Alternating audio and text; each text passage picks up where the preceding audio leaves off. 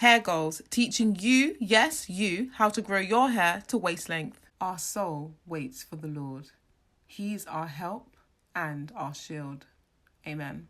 I know, you clicked this video because your hair is not growing. You've tried every single product under the sun and you're still in the same position. Well, you've definitely landed on the right video because this is video 7 on my hair goal series where I'm teaching you how to grow your hair to waist length. And my last video was talking about things that you may be doing right now that is preventing your hair growth. So I'm going to need you to pause this video and go ahead and watch that one before you watch this, because without that knowledge you won't be able to get the maximum benefit. Sorry to interrupt, but make sure that you subscribe. It's free, and make sure you hit the bell button so that you do not miss any of my uploads. And in this video I'm going to be focusing all on protein treatments, LCO, LOC, that stands for liquid cream oil or liquid oil cream. And these are methods that have been around in the natural hair community for a long time. And I want to just go into detail as to whether these things actually work or not, or whether they're just myths. So before we start, what I need you to do right now is get your phone, okay, go to the notes section because you're going to need to take notes. And I'm going to be debunking a lot of things that you may have learned. So make sure you watch until the end. So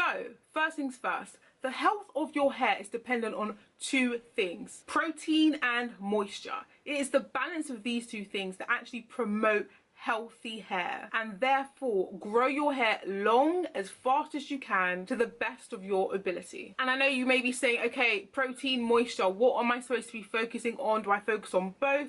Well, the thing is, what you focus on actually depends on you. So I'm gonna need you to do a little bit of work to find out your hair porosity. Yes, porosity. So just go ahead and get a cup, take a strand of hair, just one, you don't need a lot, and put your hair into that cup. If your hair floats to the top, then your hair is low porosity. If it sinks to the bottom, then your hair is high porosity. What is porosity? Porosity is very, very, very important because it actually determines how to handle your hair best. Once you have this knowledge about your hair, you can really soar and take your hair to the next level of growth. So low porosity hair is characterized by having tight cuticles that are very, very resistant to letting moisture in. Therefore, what this type of hair needs the most is moisture. Low porosity hair mainly benefits from doing treatments that moisturize the hair effectively. And I say effectively because that's really important. You need to be careful that you're not actually applying moisture that is not going to penetrate the hair shaft. So the way to get moisture into the hair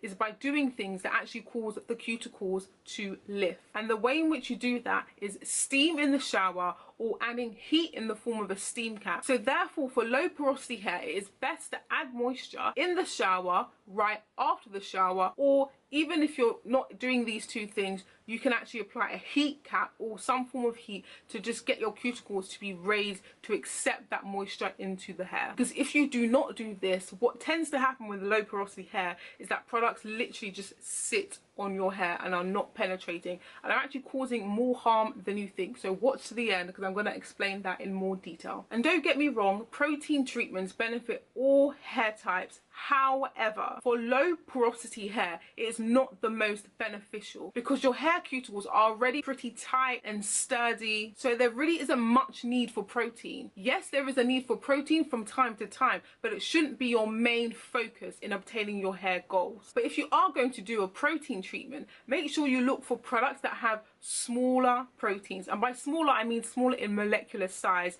that are actually able to penetrate the hair shaft. Because if you use proteins that are too big, what can happen is they won't actually penetrate the hair shaft, they will just sit on top of it and then make your hair really hard and stiff and prone to breakage, which is what we do not want. So that's low porosity hair done. For my girls with high porosity hair, this is characterized by having cuticles that are highly raised, therefore moisture gets in very easily, however it can come out just as quick. So you need to ensure that you're actually using oils to seal in that moisture. So high porosity hair, because it's characterized by having this higher, more looser cuticles, you need to focus more on protein treatment because they are actually much more beneficial to your hair. Yes, all hair needs protein treatments and can benefit from it. However, because with high porosity hair, your hair cuticles are much more raised and loose, you benefit the most from protein treatments. Why? Because your hair dries a lot quicker and is a lot more prone to breakage. And the way to fix or prevent that breakage is by adding extra protein to the hair. Again, just flip it in reverse. Larger proteins are much more beneficial to high porosity hair. Why? Because ones that are too small will just enter the hair shaft, get all soaked into it, but not actually protect the outer layer, which is what you need the most. One thing that you do not want to miss is, regardless of your hair porosity, regardless of your hair density, thickness, anything like that, you do not want to get buildup. And you may be thinking, no, well, I wash my hair, I use co-wash on all these types of things. But the thing is, a lot of the time with these co-washes, we're not actually getting rid of the build-up of product that we put on our hair day in and day out, because build-up is very, very dangerous and it can actually prevent your hair from absorbing that protein or moisture treatment that you're going to do. So what are the signs of build-up? The signs include products that no longer work or styles that used to look good don't look good anymore. So if your hair gets to that point, it may be time to clarify. And I want to touch on moisture and protein overload, but that will have to be a separate video because this will be too long. So I'm going to just summarize very, very quickly. Low porosity hair is characterized by hair that has tight cuticles that are resistant to letting moisture in.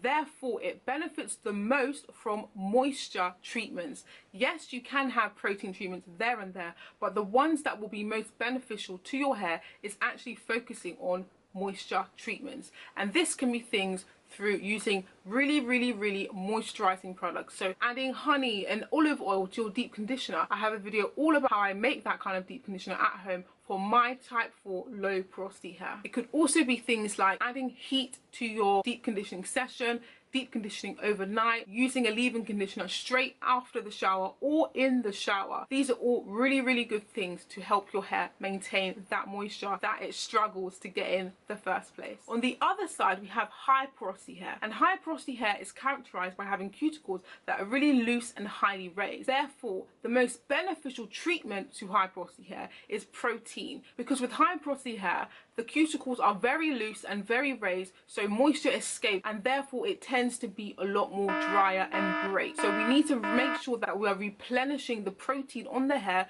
to make sure it grows to the best of your ability. Before you ask, I don't have a tutorial on this hairstyle, but if you do want me to have one, then let me know. It's pretty much a braid out on blown out hair, and I did record how I blew out my hair, and that will be in the cards also. So you've made it to the end of the video, and I know you're feeling like a brain box. I know I did when I did all my research on this video. But, and there is a but, there is so much more to natural hair and growing your hair to the best of your ability. This is why I've started this hair goal series, to enable and equip you to grow your hair to the best of your ability, the way that God created you. So make sure you go ahead and click on the playlist, and that will show you all the videos that have led up to this point. And this is video 7 in this series. So I really do hope that this has helped you just understand more about your hair so that you can actually grow your hair to the best of your ability.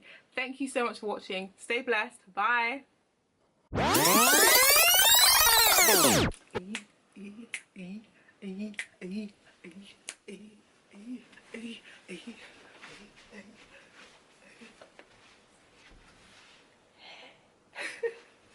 Why am I like this? I don't know. But anyway, thank you so much for watching, and I'll catch you on the next one.